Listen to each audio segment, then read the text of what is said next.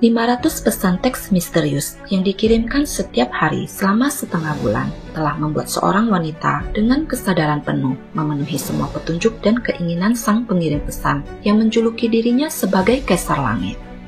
Siapakah sebenarnya sosok Kaisar Langit ini? Mengapa sang wanita begitu patuh kepadanya?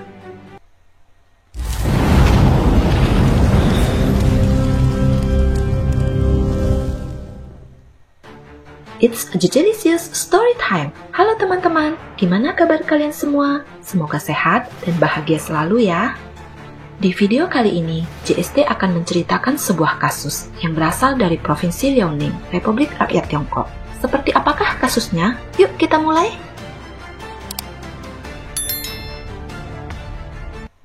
Pada tanggal 11 Maret 2012, sekitar pukul 17 sore, seorang wanita yang bernama Lan Wenjing menelpon kantor polisi kota Kaohsiung, Provinsi Liaoning, memberitahukan bahwa kakak perempuannya ditemukan sudah tidak bernyawa di dalam rumahnya.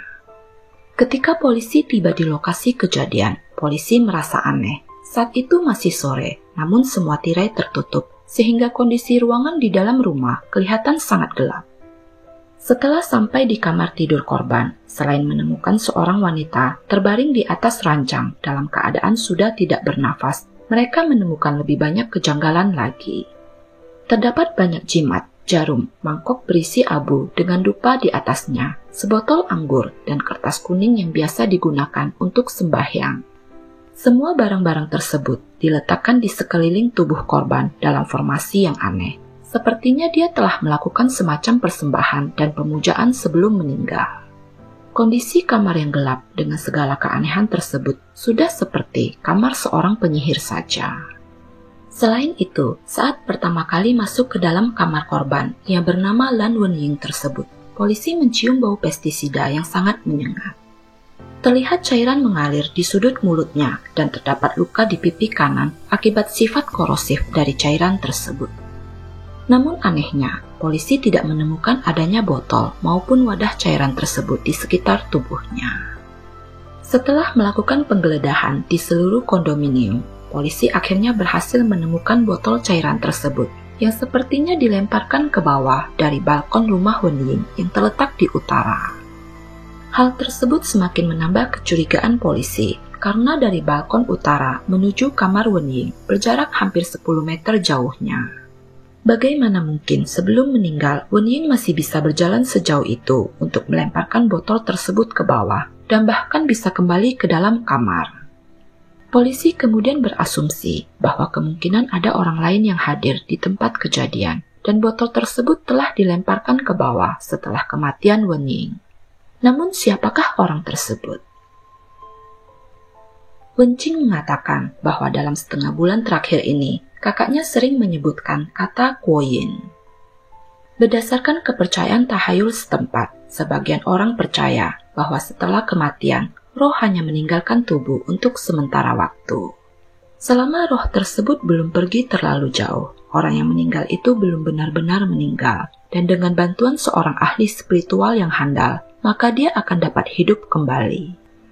Proses roh meninggalkan tubuh untuk sementara waktu hingga hidup kembali itulah yang disebut dengan istilah Kuoyin. Wenjing menambahkan, kakaknya memberitahukan kepadanya bahwa jika dia tidak melakukan Kuoyin, maka seluruh anggota keluarganya, termasuk orang tuanya, anak, dan suaminya akan mengalami nasib buruk. Namun saat itu, keluarganya tidak memberikan perhatian lebih dan tidak menganggap serius perkataan Wenying. Tidak ada yang menyangka dia akan benar-benar melakukan hal tersebut. Menurut Wenjing, belakangan ini setiap malam ponsel kakaknya sering berbunyi. Sepertinya dia menerima banyak pesan teks di ponselnya. Namun anehnya, setiap kali Wenying menerima pesan teks tersebut, dia selalu tampak ketakutan, bahkan sebelum membacanya. Ketika ditanya dari siapa, dia hanya diam saja, tidak pernah menyebutkan apapun mengenai pesan yang diterimanya tersebut. Setiap kali menerima pesan teks, dia membaca dan membalasnya sambil bersembunyi di bawah selimut, seperti ada suatu rahasia yang tidak boleh diketahui oleh orang lain. Karena ponsel tersebut menggunakan kata sandi dan Wenqing juga tidak mengetahuinya, dengan persetujuannya, polisi membawa ponsel tersebut kembali ke kantor untuk memecahkan kode sandinya. Setelah ponsel berhasil dibuka, polisi mengetahui bahwa nomor ponsel yang digunakan berasal dari luar kota. Namun karena pada saat itu, sistem pendaftaran kartu telepon seluler belum menggunakan nama asli dan nomor identitas secara ketat, sehingga sulit untuk mengetahui pemilik nomor tersebut. Polisi menemukan bahwa Wenying menerima dan mengirim banyak pesan teks melalui aplikasi QQ. Pesan yang paling menonjol dan menjadi perhatian polisi adalah pesan dari seseorang yang dijuluki Kaisar Langit oleh Wenying. Kaisar Langit mengirim lebih dari 500 pesan teks dalam setengah bulan terakhir, yang berarti rata-rata Wenying menerima lusinan pesan setiap harinya. Semua pesan tersebut dikirim di tengah malam, sekitar pukul 1 hingga pukul 2 dini hari, di mana isi pesannya sangat menakutkan. Sebagian besar berisi intimidasi dan ancaman, menyuruh Wenying untuk segera mati. Anehnya, Wenying terlihat sangat kooperatif dan membalas semua pesan yang diterimanya. Salah satu pesan yang sangat spesifik dan terdengar sangat tidak masuk akal adalah ketika Wenying membalas pesan dengan mengajukan pertanyaan, apakah dia boleh meninggal pada tanggal 29 Juli. Tetapi Kaisar Langit menolaknya dan mengatakan dia harus melakukannya di tanggal 11 Maret. Yang luar biasa adalah Wenying benar-benar menuruti kemauannya dan ditemukan pada tanggal 11 Maret 2012. Bagaimana hidup dan mati seseorang bisa dengan mudah dikendalikan oleh orang lain hanya dengan menggunakan pesan teks. Kaisar Langit tidak hanya memberitahu soal waktu, tetapi juga cara yang harus dilakukan oleh Wenying. Dia menyuruh Wenying untuk membeli sebotol obat tidur dan mengatakan bahwa 79 pil sudah cukup baginya. Namun Wenying berkata bahwa tidak mudah untuk mendapatkannya di apotik dalam jumlah yang begitu banyak. Ada klinik yang menjualnya, tapi pasti memerlukan resep dokter. Kaisar Langit kemudian menyuruhnya untuk membeli sebotol pestisida yang disebut dimethyl. Namun Wenying kembali mengatakan bahwa dia tidak tahu di mana membelinya dan balik bertanya, bagaimana kalau Kaisar Langit yang membeli dan mengirimkan kepadanya. Polisi sampai bingung dibuatnya, ada seorang wanita seperti itu di dunia ini. Setelah menerima pesan teks yang penuh ancaman tersebut, dia tidak hanya tidak menelpon polisi atau memberitahu kerabatnya, tapi dia juga sangat patuh dan rela melakukan apapun yang diminta oleh Kaisar Langit tersebut. Polisi yang telah berpengalaman menangani berbagai kasus selama bertahun-tahun sampai menggelengkan kepalanya. Jika mereka tidak mengalami dan menyaksikan dengan mata kepala sendiri, mereka tidak akan mempercayainya. Ini adalah salah satu kasus yang luar biasa aneh. Sepertinya pengirim pesan memiliki pengaruh yang sangat besar terhadap Wenying, sehingga seolah-olah dia dapat menghipnotis dan membuatnya menuruti semua kemauan tanpa bantahan sedikit pun. Ketika melihat beberapa pesan teks yang dikirim sebelum kejadian, ada sebuah pesan yang menarik perhatian polisi, di mana disebutkan bahwa obat telah dibeli dan diletakkan di kursi penumpang mobil Wenying. Melihat pesan tersebut, polisi mengambil kesimpulan bahwa sang pelaku, yakni Kaisar Langit, pastilah orang yang sangat akrab dengan Wenying. Oleh karena itu, jika digabungkan dengan rincian sebelumnya tentang botol pestisida yang ditemukan di bawah kondominium, polisi mempersempit cakupan tersangka. Saat polisi berusaha mencari informasi dari keluarga korban, Wenqing memberitahu kepada polisi bahwa sebenarnya dia bukanlah orang pertama yang mengetahui kematian kakaknya, melainkan pacar kakaknya yang bernama Wang Lianhai. Lianhai biasanya bekerja di Provinsi Jilin dan hanya kembali ke Provinsi Liaoning sebulan sekali untuk berkumpul kembali dengan keluarganya. Di hari kejadian, dia kebetulan pulang dengan menaiki kereta api dan sampai di kota Kaiyuan pukul 8 pagi. Namun alih-alih pulang ke rumahnya, dia malah langsung pergi ke rumah calon mertuanya untuk mengunjungi mereka. Ketika berada di sana, dia mencoba menelpon Wenying, tapi karena tiada respon, Lianhai yang khawatir segera bergegas pulang ke rumah. Begitu sampai di rumah, dia menemukan Wenying telah meninggal dunia, sehingga dia segera memberitahukan hal tersebut kepada keluarga pacarnya. Wenqing yang mendengar kabar buruk tersebut segera bergegas ke rumah kakaknya untuk memastikan apa yang telah terjadi. Ketika tiba di sana, dia melihat Lian Hai sedang berjongkok menyeka wajah kakaknya dan membersihkan muntahannya. Wenqing yang panik berusaha untuk menelpon nomor darurat untuk memanggil ambulans. Namun Lian Hai mengatakan bahwa kakaknya sudah tidak tertolong lagi, tidak ada gunanya lagi meminta bantuan dan mengirimnya ke rumah sakit. Sikap dingin yang ditunjukkan oleh Lian Hai membuat polisi langsung menaruh kecurigaan kepadanya. Sebagai orang normal, walaupun kelihatannya sudah tiada harapan lagi, tapi seharusnya tetap meminta bantuan darurat. Bahkan saat mendengar dokter berkata bahwa pasiennya sudah tidak tertolong lagi, anggota keluarga biasanya akan tetap berusaha meminta tolong kepada dokter tersebut agar bisa menyelamatkannya. Dikarenakan sikapnya yang bertolak belakang dan juga dia adalah orang yang pertama tiba di lokasi kejadian, sehingga polisi segera memusatkan perhatian kepadanya.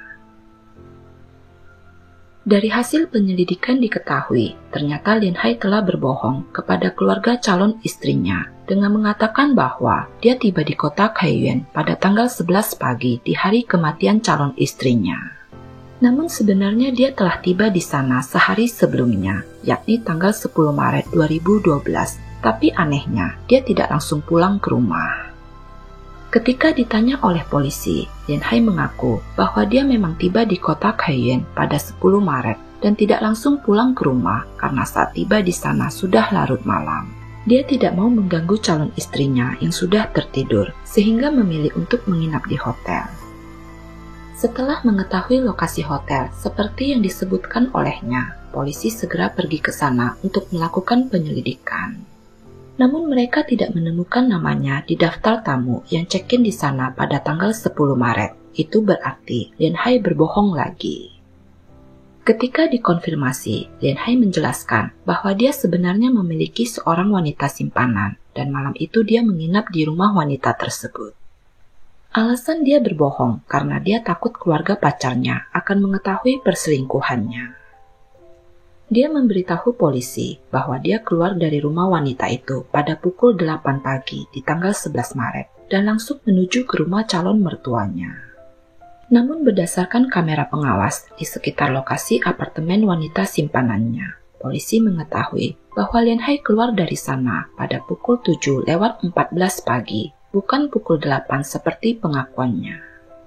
Jarak dari rumah wanita tersebut ke rumah orang tua Wen Ying hanya sekitar 10 menit saja, namun dia sampai di sana pukul 8:10. Terdapat perbedaan waktu sekitar 45 menit, namun ketika ditanya, Lian Hai tidak dapat menjelaskan dengan pasti apa saja yang telah dilakukannya sebelum sampai di sana. Dengan berbagai kebohongan yang dilakukannya, serta penjelasannya yang meragukan, polisi semakin menaruh kecurigaan kepadanya. Apakah dia ada hubungannya dengan botol pestisida yang dilempar keluar dari balkon ke bawah? Mereka kemudian memutuskan untuk memulai penyelidikan dari petunjuk pestisida yang disebutkan dalam pesan teks tersebut. Namun dimethyl adalah pestisida yang sangat umum, dijual di hampir seluruh toko perlengkapan pertanian di kota Kaiyuan, sehingga polisi terpaksa mendatangi satu persatu toko yang ada di sana. Setelah melakukan penyelidikan selama beberapa hari, polisi akhirnya berhasil menemukan petunjuk yang sangat penting di salah satu toko pertanian yang lumayan besar di kota Kaiyuan. Penjaga toko mengatakan bahwa dia teringat akan pelanggan pria yang membeli pestisida pada tanggal 11 Maret 2012 pagi. Alasan dia teringat kepada pelanggan tersebut karena selain saat itu, toko baru saja dibuka dan pria itu adalah pelanggan pertama pada hari itu. Perilakunya juga sedikit aneh. Dia kelihatan sedang sibuk menelpon, melihat-lihat, dan berjalan-jalan di sekitar toko sebelum bertanya tentang pestisida. Berdasarkan 3 buah kamera pengawas yang terpasang di toko tersebut, polisi akhirnya memastikan bahwa pelanggan toko tersebut adalah benar Lian Hai adanya. Dia terlihat masuk ke toko pada pukul 7:46, berjalan di sekeliling toko selama beberapa menit, dan akhirnya membawa sebotol pestisida ke kasir. Saat sedang melakukan pembayaran, terlihat Lian Hai mendongak ke atas dan melihat ke arah kamera pengawas yang mengarah ke arahnya. Mungkin karena merasa bersalah, dia kelihatan gugup dan langsung membalikkan badan dan berjalan pergi tanpa mengambil nota pembelian dan uang kembalian. Setelah petugas kasir memanggilnya, dia terlihat berjalan kembali untuk mengambil uang kembalian dan langsung buru-buru pergi dari sana. Dihadapkan dengan semua bukti yang tidak terbantahkan, akhirnya Lian Hai mengaku bersalah dan menceritakan seluruh proses kejahatan yang telah dilakukannya. Lan Wenying yang berusia 43 tahun pernah mengalami pernikahan yang gagal.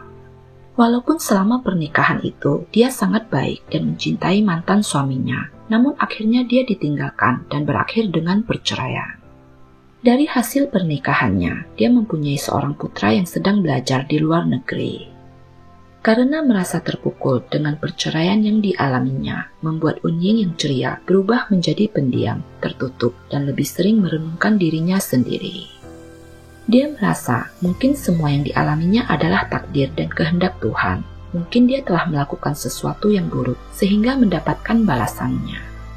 Sejak saat itu, dia mulai berusaha untuk mengubah nasib dan keberuntungannya dengan menyembah dewa, membakar dupa setiap hari, dan menempatkan barang-barang yang dianggapnya akan memberikan kehidupan yang lebih baik kepadanya. Saat bertemu Wenying, Lian Hai sedang berada di titik terendah dalam hidupnya.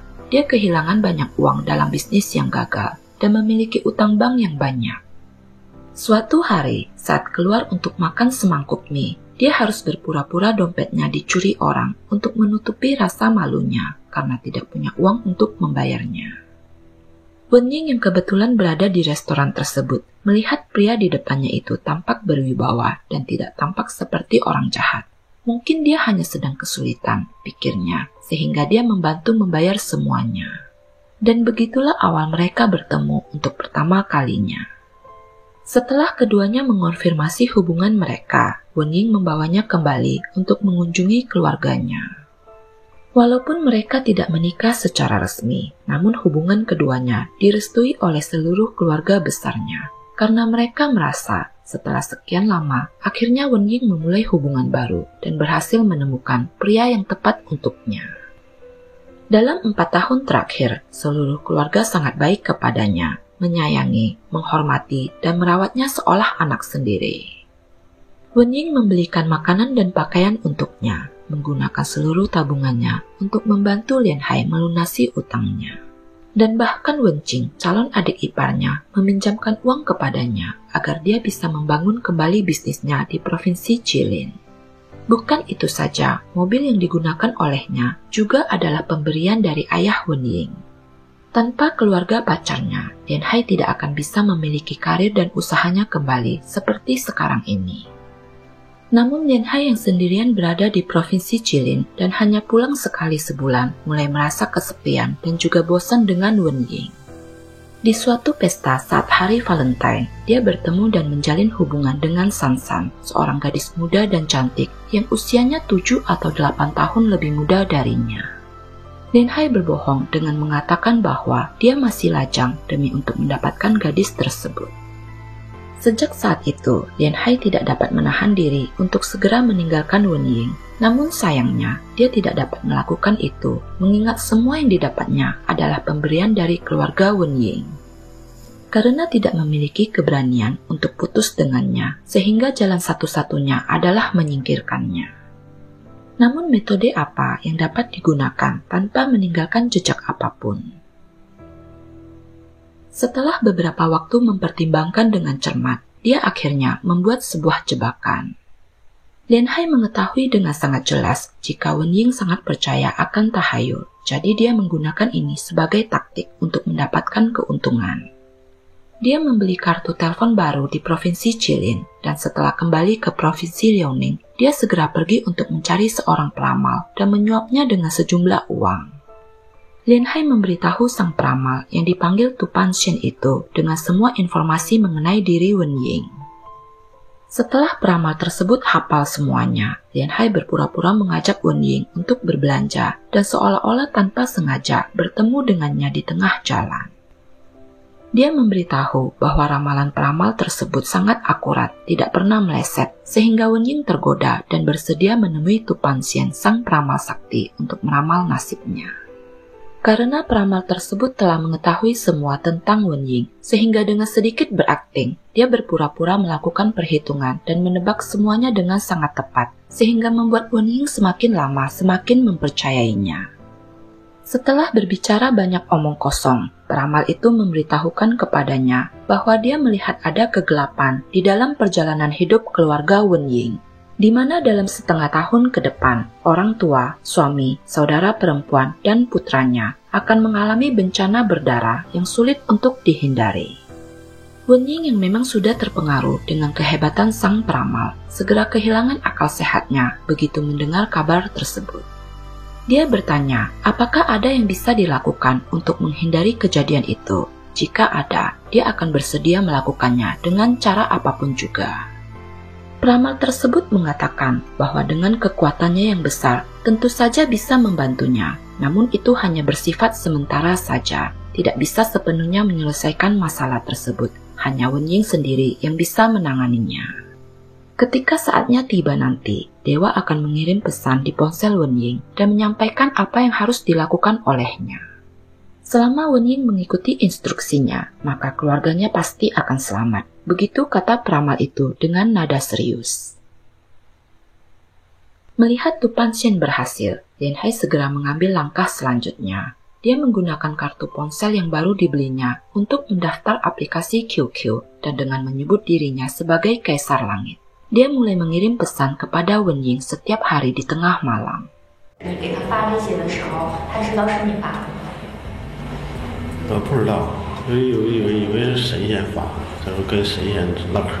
Secara garis besar, dari keseluruhan 500 pesan teks yang diterimanya, terdapat 3 poin penting yang disampaikan kepada Wen Ying.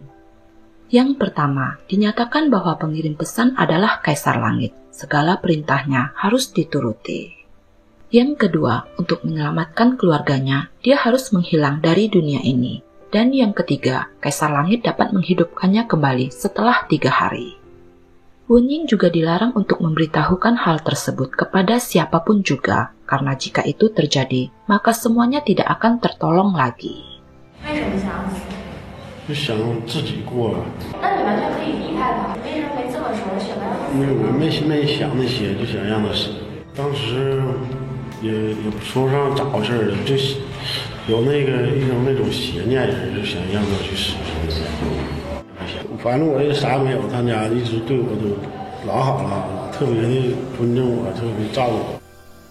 Pada hari kejadian, tanggal 11 Maret 2012 pagi, Lin Hai pulang ke rumah untuk meletakkan botol tersebut ke kursi penumpang mobil Wen Ying. Setelah mengirim pesan kepada Wen Ying dengan menyamar menjadi Kaisar Langit, dia langsung berangkat ke rumah orang tua Wen Ying untuk menciptakan alibi bahwa selama kejadian berlangsung, dia tidak berada di sana. Setelah lewat dari pukul 10 pagi, dia mengangkat ponselnya untuk menghubungi Wen Ying. Setelah menelpon beberapa kali, tidak ada jawaban. Lin Hai merasa lega, kemungkinan besar rencananya telah berhasil. Dengan alasan mau mengecek keadaan calon istrinya, dia segera pergi ke tempat Wen Ying untuk memastikannya. Sesampainya di sana, dia berjalan ke kamar tidur dan melihat Wen Ying terbaring di atas ranjang. Dia mendorong tubuhnya 2 kali dan memeriksa denyut nadinya. Ketika melihat botol di samping tempat tidur, dia merasa itu harus disingkirkan, sehingga dia mengambilnya, berjalan ke arah balkon dan membuangnya ke bawah. Setelah itu, barulah dia memberikan kabar kepada keluarga Wen Ying perihal apa yang telah terjadi kepadanya. Ketika adik pacarnya tiba, dia berakting dengan berpura-pura sedih. Lin Hai mengira dia telah melakukan kejahatan yang sempurna, tidak akan ada yang mengetahuinya. Alibinya juga sangat kuat. Namun sayangnya, tidak ada kejahatan yang sempurna. Dia tidak akan pernah menyangka bahwa botol yang dibuangnya justru menjadi bumerang untuk dirinya sendiri, menjadi bukti kunci di dalam kasus tersebut. Meskipun modus operandi Lin Hai penuh celah dan tidak sempurna, namun bagaimanapun dia benar-benar berhasil melakukannya. Mungkin bukan karena dia begitu pintar, tapi karena Wen Ying dan keluarganya yang terlalu mempercayainya. Wenying mengungkap semua kelemahannya sehingga sang iblis memiliki kesempatan untuk memanfaatkannya. Sayangnya sampai akhir hidupnya, Wenying tidak tahu bahwa orang yang mencelakainya adalah orang yang paling dia percaya. Pada akhirnya, meskipun Lian Hai tidak berada di lokasi kejadian dan tidak melakukannya secara langsung, namun karena dia terlibat dalam keseluruhan kejadian, sehingga pengadilan menyatakan Lian Hai terbukti bersalah atas pembunuhan yang disengaja dan dijatuhi hukuman mati.